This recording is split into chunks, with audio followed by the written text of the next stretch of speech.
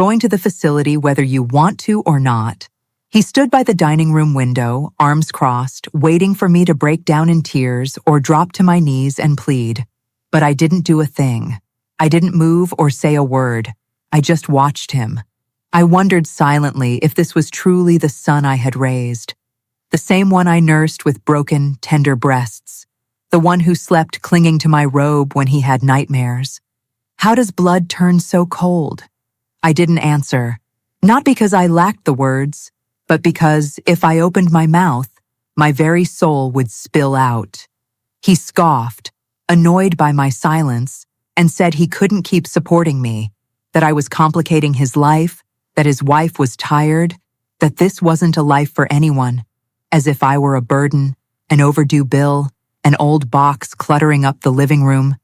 He told me all of it without raising his voice, with that calm that hurts worse than a scream. I could only think, what did I do to deserve this? But neither he nor anyone else has any idea what a mother keeps quiet. I walked to the kitchen as if nothing were wrong. I boiled water and brewed some coffee.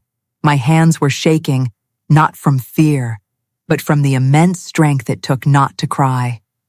I sat at the table and slowly took a sip from my mug. I heard his voice from the next room talking on the phone with someone. He said the assisted living facility had an opening, that he would take care of everything, that it would be resolved in 2 days. 2 days. That's how little I'm worth, that all it takes is 2 days to get rid of me. I clenched the rim of the mug. I remembered the years, all of them, the good, the bad, the times I ate less so he could eat more, the nights I stayed awake caring for his asthma, his fears, his own shadows, all of that. All that I was and gave now amounted to a decision made without my voice. I knew this day was coming. Not exactly like this, not with those words, but I felt it in the way Marcus had been looking at me for months, as if I bothered him even when he breathed. I noticed it during meals when we barely spoke, in how he closed his bedroom door the moment I passed, in how his wife treated me like a guest whose stay was almost up. But that phrase was the final blow. When he walked back into the kitchen, I had finished my coffee. I asked him in a quiet voice if he wanted me to make him dinner. He looked confused. Maybe he expected a different reaction. Maybe he wished to see me on my knees, screaming, begging. But I wasn't that woman anymore. I didn't make him a thing. I went to my room, closed the door carefully, sat on the bed, and right there in that moment, in the middle of the night that was just beginning, I decided that if anyone was going to make decisions about my life, that person was going to be me. Marcus doesn't know who I am or who I was or everything it cost me to get here. He conveniently forgets that I also had a life before being his mother, that I wasn't born old or frail or tired, that I once dreamed, that I danced in the rain, that I loved wildly, that my heart was broken, that I started over, and that I built everything he now wants to take away. He forgets that this house doesn't belong to him, that I raised this house with my own hands. I worked 30 years as the manager of a local bakery, clocking in 6 days a week just to pay for every single brick, every window pane, every flower in the yard. I only slept 4 hours a night. I never asked for anything, not even thanks. But of course, memory is selective when it's convenient.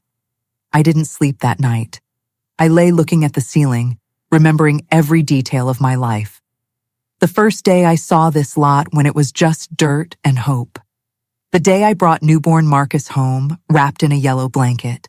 The Christmases, the laughter, the fights, the makeups, everything was stored within these walls. And now he wanted to put me in an institution as if I were a prisoner. I didn't cry, not because it didn't hurt, but because I wasn't going to give him my tears. The next morning, I woke up before everyone. I prepared breakfast as always. Marcus came down with his usual expression, that mix of haste and distance.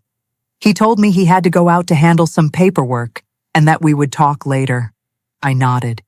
When he left, I went to the closet, not to pack clothes. Not yet. I went for something else, a small box of dark wood that I've kept for years. Inside were my most important documents, deeds, my will, and some savings that nobody knew I had. Not a lot, but enough. There were also letters, photographs, old clippings. I sat on the bed with the box on my lap, and for the first time in a long time, I smiled. He thinks I'm weak. He thinks he can decide for me, but he has no idea everything I've endured and what I'm capable of. I closed the box again. I put it back. I had to act calmly, intelligently. It wasn't time to show my hand yet, but the game had started, and this time the one moving the pieces would be me. That night, I pretended to be tired. I went to bed early. From my room, I listened to Marcus talking to his wife. They were saying the place was nice, that it had a garden, that it was well kept, as if they were describing a resort hotel, as if a mother were a thing you put on a shelf. I pulled the blanket up to my neck, not to protect myself from the cold, but from their contempt. The idea of leaving no longer hurt. What hurt was that they believed they could decide it without me, but they would soon understand. The next week was going to change everything, and this time I would have the final word.